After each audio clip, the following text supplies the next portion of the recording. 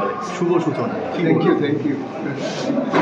আজকে জয়নিং কি বলবে? প্রথম ম্যাচে 7 গোলে জয়, কি বলবে? ফার্স্ট ম্যাচ কিছু বলার নেই, দেখো 7 গোলটা বড় কথা না, আগে যেটাই বড় কথা ছিল আমাদের।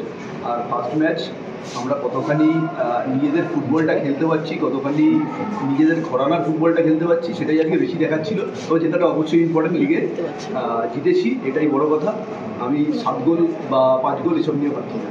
একটা ব্যাপার হচ্ছে যে আপনার টিমটা যেরকম আজকে 10 গোলে জিততে পারতো, আর 3টে গোলও কনসিড করতে পারতো, আপনি কি এটা মনে করেন? একদম এই একটা গোলও কনসিড করা উচিত ছিল না, এবং 2টো গোল ফান্ডেল করে আমরা নিজেদের মিস্টেক করেছি। তখন 6 গোল হয়ে গেছিলো, একটু ক্যাজুয়াল হয়ে গেছিলো, কিন্তু ওই ফুটবলে ক্যাজুয়ালের কোনো জায়গা নেই। ওটাই আমি অলরেডি প্লেয়ারদের বলেছি যে গোল করাটা যেমন ইম্পর্টেন্ট, গোল কনসিড না করাটাও তেমন ইম্পর্টেন্ট। এটা আমাদের পরে দেখতে হবে, আমরা শুধরাবো ফার্স্ট ম্যাচ, আস্তে আস্তে ডেভেলপ করবো। আরো কি উন্নতি করার সঙ্গে কোনো কথা হলো? বিনোজটের সাথে তো সবসময় কথা হয়, লাস্ট ডেতেও বিনোজট ছিল। মনোতোষ মাঝি প্রথম এবারে এসছে, প্রথম ইস্ট বেঙ্গল জার্সিতে ম্যাচ খেলবে, ওকে কীরকম দেখতে? আপনারাই তো দেখলেন, সবে ইস্ট বেঙ্গল জার্সিতে খেলছে, গোল পেয়েছে ফার্স্ট দিন, কনফিডেন্স বাড়বে, আরও ভালো খেলবে, এই জন্যই তো নিয়ে আসা। বলছি, তা কনফিডেন্স বাড়ার সঙ্গে সঙ্গে আরো একটা বিষয় থেকে বড় ব্যবধানের জয়, একটা আত্মতুষ্টিরও ব্যাপার চলে আসে, এটা কিভাবে কন্ট্রোল? ওটাই আমি বলতে চাইছিলাম যে এই ব্যাপারটা, এই জন্য আমি ওটা নিয়ে ভাবছিই না।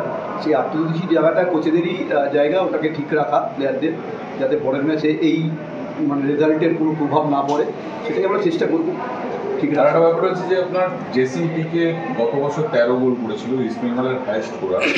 আজকে 45 মিনিটস খেলার সুযোগ পেয়েছে, 2টো গোল করেছে আর কি, হ্যাট্রিকও করতে পারতো। তো আপনার কি মনে হচ্ছে যে গত বছর যেখানে শেষ করেছিল জেসিপিকে সেইভাবেই পাচ্ছে না? একদম জেসিপিকে সেই জায়গাতেই আছে, ও আরও ভালো খেলবে, মানে আমাদের আশা। এবার ওকে বড় কিছু সবাই ভাবুক, সবাই, কারণ এখন বড় কিছু ভাবুক মানে আমি সেটাই বলতে চাইছি, ইন্ডিয়া টিম বা অন্য জায়গায় যে অবস্থা স্ট্রাইকিং লাইনের, এসব ছেলেরা যদি না যায় তাহলে আর কবে যাবে? মানে আইএসএল এর দলে দেখতে চাইছি। আইএসএল দল তো অলরেডি আছেই,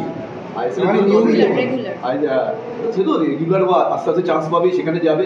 আমি বলছি ইন্ডিয়া টিমে যেখানে স্ট্রাইকিং এর নিয়ে এত অসুবিধা, ইন্ডিয়া টিম যেখানে স্ট্রাইকার নিয়ে এত অসুবিধা, তবু কেন এদের চান্স দেওয়া হচ্ছে না, সেটাই আমাদের প্রশ্ন হয়।